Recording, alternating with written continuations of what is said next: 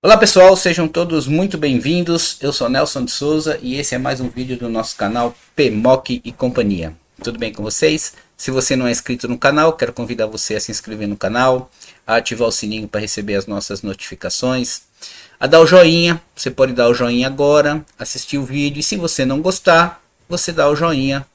Você tira o joinha, né? Você dá o dislike no final do vídeo e comenta, né? Comenta aí se você gostou, se você não gostou do vídeo, se ele é importante para a nossa comunidade, para quem trabalha com climatização ambiente, com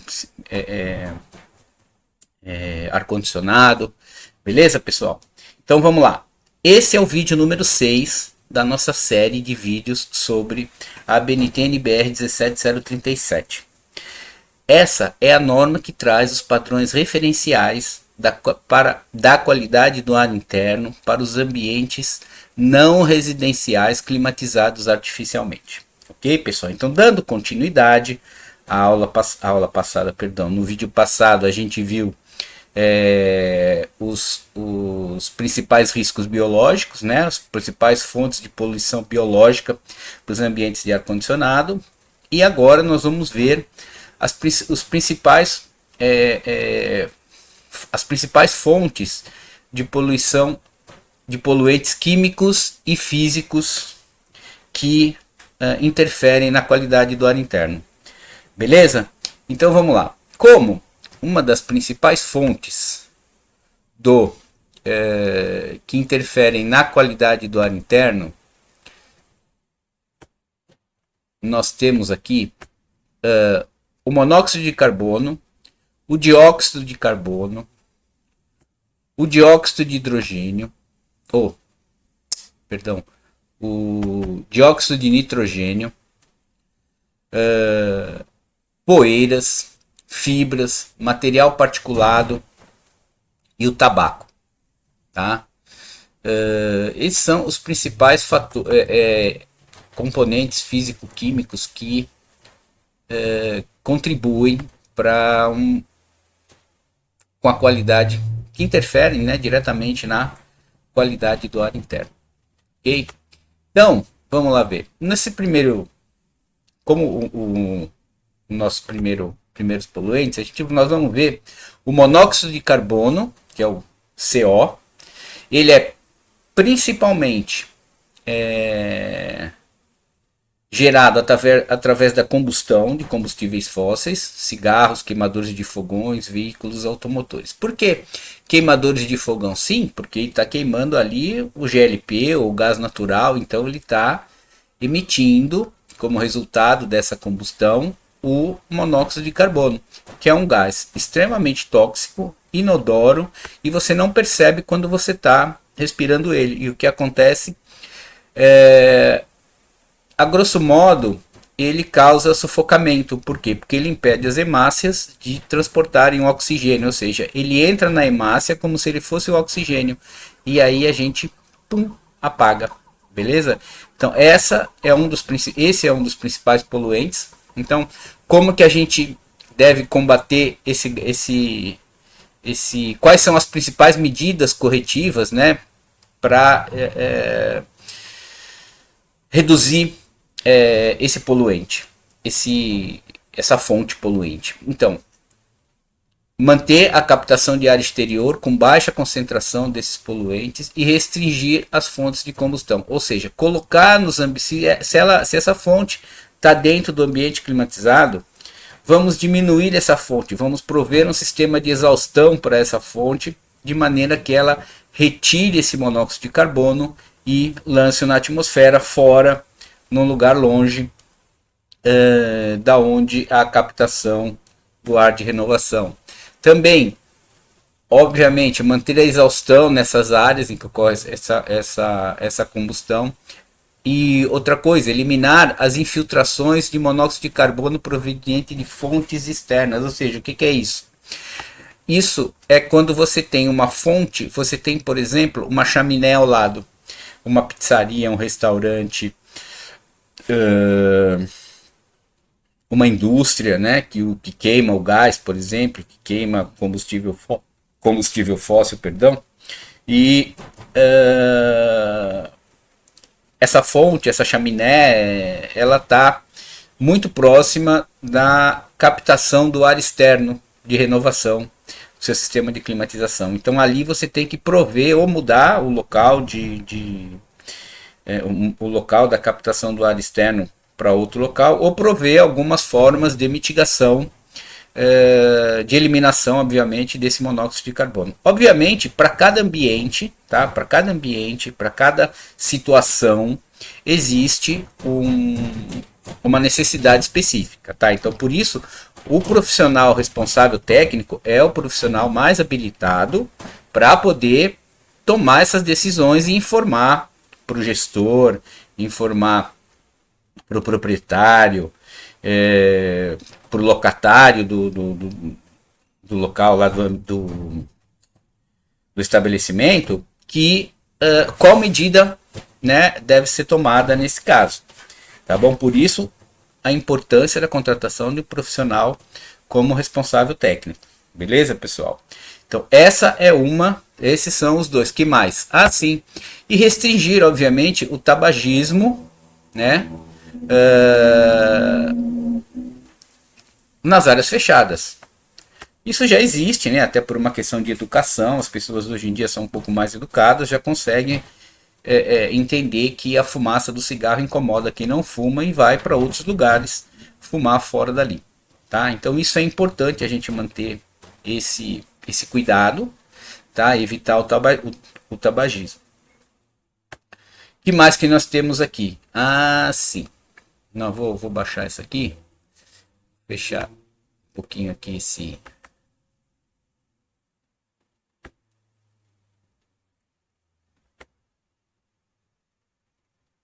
E vamos lá, ainda temos outros aqui, né?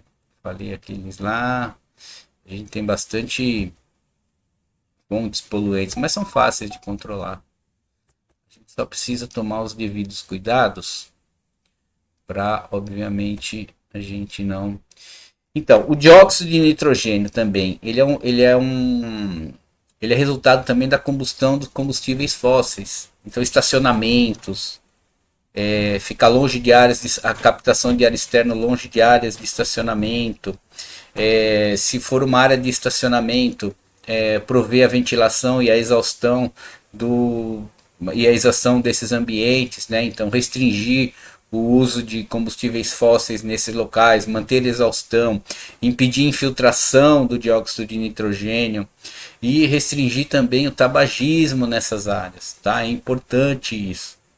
Tá? Outro componente importante que afeta bastante também a qualidade do ar interno é o ozônio. Tá? A gente não percebe o ozônio tem um cheiro característico, meio doce assim, meio doce, meio acre, assim, chega a incomodar um pouquinho, mas é muito... ele é muito produzido em copiadoras, em locais onde tem copiadoras, impressoras a laser, porque elas usam uma tensão muito alta para poder desenvolver sua atividade, seja queimar o papel, produzir o laser para queimar o papel. Então isso acaba gerando uma ionização do oxigênio da atmosfera, e essa ionização acaba trazendo criando, né, gerando um ozônio. Uma outra fonte também que eu tenho visto bastante aí, que são esses pequenos geradores de ozônio. Existem alguns no mercado que a gente compra até pela internet, mas isso tem que ser usado com muita parcimônia, com muito cuidado, porque o ozônio ele é um produto extremamente oxidante, tá? Então, se você respirar esse ozônio, você pode correr o risco, numa alta concentração, obviamente, de morrer por asfixia, porque ele simplesmente acaba com as suas células, ele simplesmente ele sequestra todo o oxigênio das suas células. Por quê? Lembre-se que o oxigênio, o ozônio, a fórmula dele é O3. Então ele tem um átomo a mais de oxigênio na última camada, e esse átomo é muito instável, ele se junta a qualquer outro átomo que existe, tá? Qualquer outro átomo que tenha qualquer valênciazinha ele vai entrar naquele ato. Por exemplo, o oxigênio, ele se junta, ele quebra e já forma uma outra molécula de oxigênio. Então ele forma peróxido, pode formar peróxido de hidrogênio. Então muito cuidado com esses geradores de ozônio quando colocam nos ambientes climatizados. Tá? Eles são bons, mas o ideal é que você coloque, saia do ambiente e num tempo determinado você retorne, abra todo o ambiente, areje o ambiente, aí sim você pode voltar a frequentar esse ambiente. Tá? Então o ozônio, tá? é um componente bastante importante que nem ninguém liga. Tá? E como que a gente pode corrigir essa falha? A gente tem que adotar medidas para reduzir a geração de ozônio e, obviamente, a contaminação, ou propor a exaustão, uma exaustão leve do ozônio que exista nesse ambiente. Né? Então põe lá um exaustorzinho que ele já consegue jogar esse ozônio para o ambiente externo, onde ele vai ser diluído e vai poder ser absorvido, ser reintegrado à atmosfera de uma outra forma. Também nós temos os formaldeídos, né? O que são formaldeídos? São equipamentos derivados do formol, né? E aonde ele são equipamentos, perdão, são componentes derivados do formol e que eles estão presentes em materiais de acabamento mobiliário, por exemplo, colas, produtos de limpeza, alguns produtos de higienização de superfície. Então tem que tomar quais as medidas de correção que a gente deve tomar. Bom, selecionar os materiais de construção, né, para que eles não contenham formaldeído, móveis, vernizes, lustramóveis, esses produtos assim, eles provocam a baixa qualidade do ar no interior, tá? E procurar, né, no mercado, obviamente existem bastante produtos que tenham baixa emissão de formaldeído, ou então você usa nesses ambientes outras tecnologias, tá? Como a adsorção por fotocatálise, que é o uso das lâmpadas UVs, tá? Isso é muito bom para ser utilizado dentro de plenums, tá? Dentro de plenums eu acho que as lâmpadas UV, elas são muito utilizadas, são muito eficientes, perdão, nos plenos de mistura, tá bom? Então esses são alguns, vamos lá, ainda temos aqui mais alguns outros. Continuando esses componentes. Material particulado. O material particulado todo mundo sabe, né? Poeira, cabelo, areia, fuligem, né? Que mais? Fibras de tecidos que ficam soltas por aí. Então, o que a gente deve fazer? Manter nesses ambientes, a gente deve colocar filtros para que esses filtros retenham esse particulado e não retornem com esse particulado para os ambientes. Tá? Isolantes fibrosos, por exemplo, isolante térmico fibroso, isolante acústico fibroso. Esses componentes, eles devem ter uma capa mecânica justamente para evitar que essa fuligem, essas fibras, elas vão para o ambiente, né? Elas voltem para o ambiente climatizado e causem, obviamente, alergias, né? Higienizar as superfícies e o mobiliário com os equipamentos, ou seja, quando você for passar o aspirador, né? Verifica se o seu aspirador tem filtro EPA. Porque senão, o que acontece? Ele vai tem um filtro lá, alguns aspiradores mais antigos, eles têm uns filtros que não são EPA, não são filtros que têm uma capacidade de retenção muito grande. Então, por que às vezes a gente está passando no aspirador e vem aquele cheiro de que a gente chama de cheiro de aspirador, né? Por quê? Porque isso é o particulado que está dentro do aspirador, que não foi retido pelo filtro, está voltando para o ambiente. Então ele acaba circulando esse particulado dentro do ambiente. Tá? Então isso também é muito importante, tá? Adotar medidas para reduzir a contaminação. Né? Que medidas? Colocar capas, né, nesses locais, nesses componentes que podem soltar fibras, pelos. Os pelos são dos animais, das aves, as penas, tal. Então, tomar cuidado, aumentar o filtro, aumentar a filtração, aumentar a limpeza através de via úmida, né? Ou seja, um mopzinho úmido no chão, um mopzinho úmido em cima dos móveis, tal. Isso evita aquela circulação de poeira pelo ambiente, tá?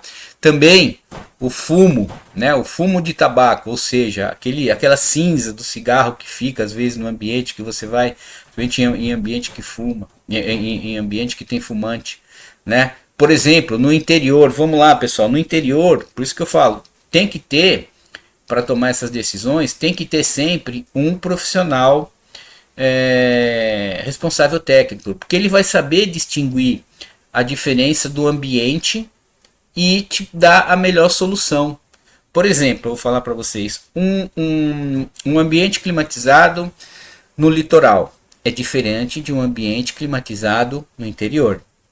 Por quê? Porque no litoral nós temos muita incidência, uma umidade relativa muito alta. Nós temos a maresia, nós temos o sal, né? O sal que fica e que evapora junto com a água. Então, no litoral, nós temos a areia da praia, nós temos a maresia, que é o sal, e nós temos a umidade relativa. Isso é muito bom para proporcionar fungos nos ambientes. Umidade, calor, gera fungo, né? Então, já no interior é mais seco.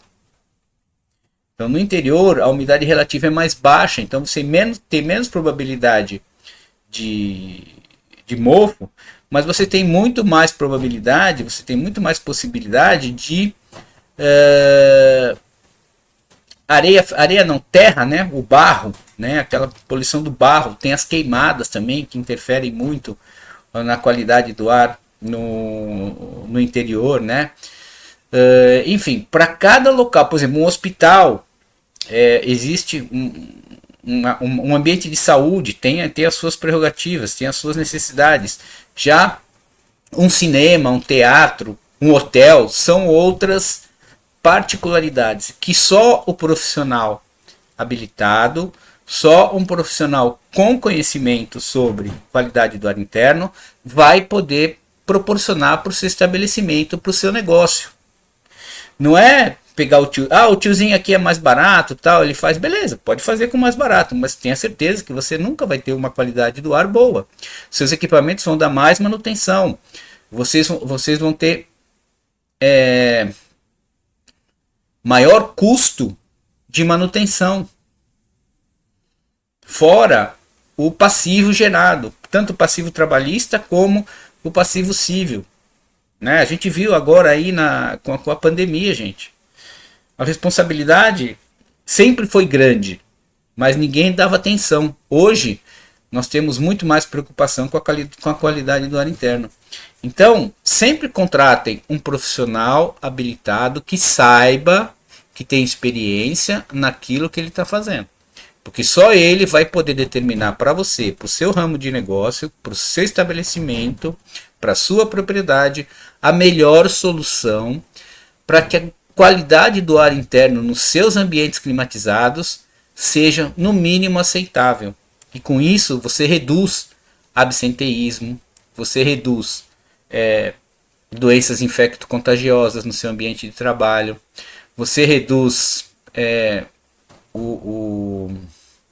a desatenção, você aumenta a produtividade dos seus trabalhadores, você aumenta a produtividade dos alunos nas escolas e universidades.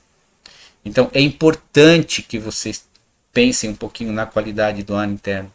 Então essas são as principais fontes geradoras de, digamos assim, não conformidades da qualidade do ar interno, tá? Então esses fatores físicos e químicos que eu apresentei para vocês, como sim, esqueci de dois, né? Tem dois muito importantes agora aqui que eu já ia esquecendo aí, que é o radônio, e esse aí foi uma grande evolução nessa tabela, gente. O radônio, para quem não sabe, ele está presente em todo lugar, tá? O radônio, ele é um componente radioativo que existe no solo, tá? E ele percola, obviamente, ele percola pelos locais, pelas construções, por dentro do cimento. Ele vai vindo pelo cimento, né? Como todo componente radioativo, e ele acaba prejudicando causando até câncer no pulmão. Tá? Existem estudos da ASHRAE e da Agência de Saúde Americana e na Inglaterra, informando, né, constatando que o radônio é o segundo maior causador de câncer do pulmão que existe. Tá? O radônio é o responsável, ele só perde para o tabaco. Então, muitas vezes, sabe aqueles locais onde a pessoa morou lá há 20 anos, nunca fumou, tinha uma vida sadia e adquiriu câncer de pulmão?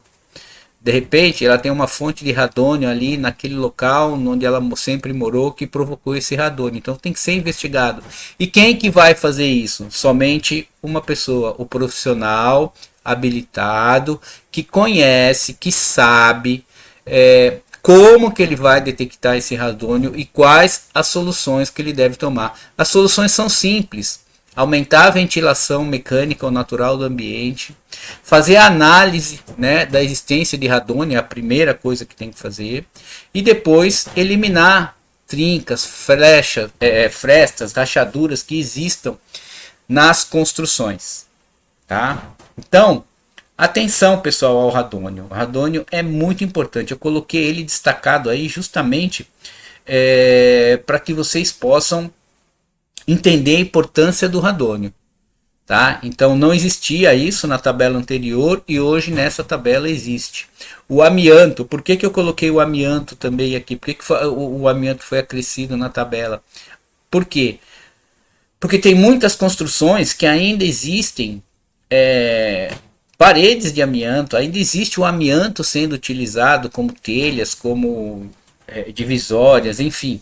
E esse amianto, com certeza, quando você vai fazer alguma reforma, você vai até mesmo substituir o amianto por um novo produto, você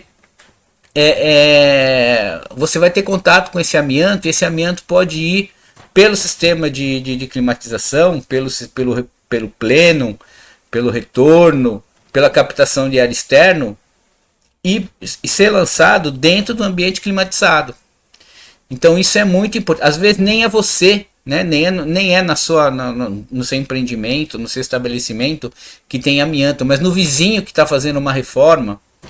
Tá? De repente seu vizinho está fazendo uma reforma, você terá uma captação de ar externo colada na parede que seu vizinho está mexendo e acaba trazendo esse amianto. E o amianto, a gente sabe que é um dos principais causadores de pneumoconiose, né? Que são doenças do pulmão trabalhista. Então, quais as soluções que a norma prevê? Evitar o uso de materiais que contenham amianto. Tá? Evitar esfregar, varrer, escovar, furar, danificar, quebrar ou reformar materiais que tenham amianto sem o devido cuidado. Em caso de necessidade, obviamente, contrata alguém, né? Contrata um profissional especializado que pode